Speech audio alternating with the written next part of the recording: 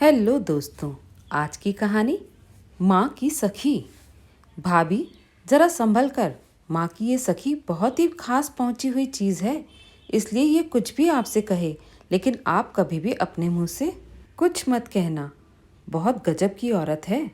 ननद ऋचा अपनी नई नवेली भाभी निधि से बोली। जीजी, ताई जी बोलती तो बड़े प्यार से हैं, एकदम पुचकार पुचकार कर। निधि हंसते हुए बोली, यही तो उनका फंडा है, वो मुझसे मीठा बोलकर आपके मन की बात आपसे उगलवा लेंगी, फिर मम्मी से जाकर चुगली करेंगी आपकी। मैं बहुत अच्छी तरह से समझती हूँ, इसलिए पहले ही आपको सावधान कर दिया। ननद जी की बातें सुनकर निधि चौंक गई। निधि जब ब्याह कर आई तो उसकी सास की एक सखी रमोला ताई जी उनके घर बहुत आती थी। बगल में ही घर था, तो दिन में कोई न कोई बहाने से वो सुमन जी के घर के चक्कर लगाती ही थी। जब तक बहू नहीं आई थी तो सुमन जी को कोई परेशानी नहीं थी उनके आने जाने से, लेकिन जब से बहू आ गई थी तब से सुमन जी को भी अपनी सखी का ज़्यादा आना पसंद नहीं था, क्योंकि वो भी उनके स्वभाव से अच्छी तरह परिचित थी, लेकिन सामने से मना भी नहीं कर सकती थी। जब से निधि आई तब से उसका आना और ज़्यादा हो गया। वो हर समय यही देखा करती कि घर में कौन काम करता है कौन नहीं करता।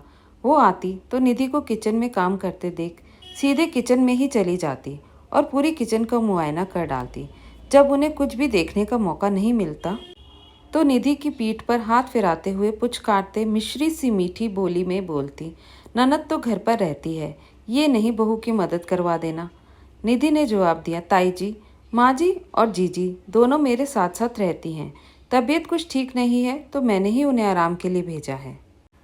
जब तक निधि को उनकी छल प्रपंच समझ में नहीं आई थी तो लगता था कि रमोला ताई जी बहुत अच्छी हैं, लेकिन जब से ननद ने कहा था तब से वो समझ गई थी। फिर रमोला ताई जी ने सास के पास जाकर कहा, अरे सुमन, तुम भी अपने प्यारे लड़के की शादी कहाँ से कर लाई? ना लड़की ही सुंदर ना दान ही मिला।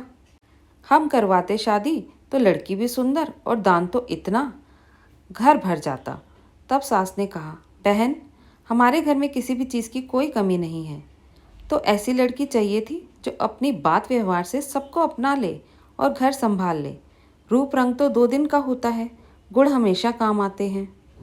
आप ही कम आंक रही हो हमारी बहू को, बाकी किसी का मजाल नहीं जो मेरी बहू को कुछ कहे। अब तो जैसी भी हमारी चीज़ है, इसलिए हमें पसंद नहीं कि कोई उसे कुछ भी कहे। सासू माँ ने अपनी उम्मीदों के विपरीत जवाब सुनकर वो तिलमिला गई। जब अब उनको समझ में आ गया था कि सुमन जी के घर में किसी से भी एक दूसरे की चुगली करके एक दूसरे के प्रति भड़काना नामुमकिन है, अब उन्होंने भी उनके घर आना कम कर दिया, और अगर आए भी तो सब सावधान हो जाते। धन्यवाद दोस्तों। कैसी लगी आपको आज की ये कहानी? अगर पसंद आई तो लाइक और शेयर ज़रूर कीजिए। नए हैं तो चैनल को सब्सक्राइब करना बिल्कुल मत भूलिए।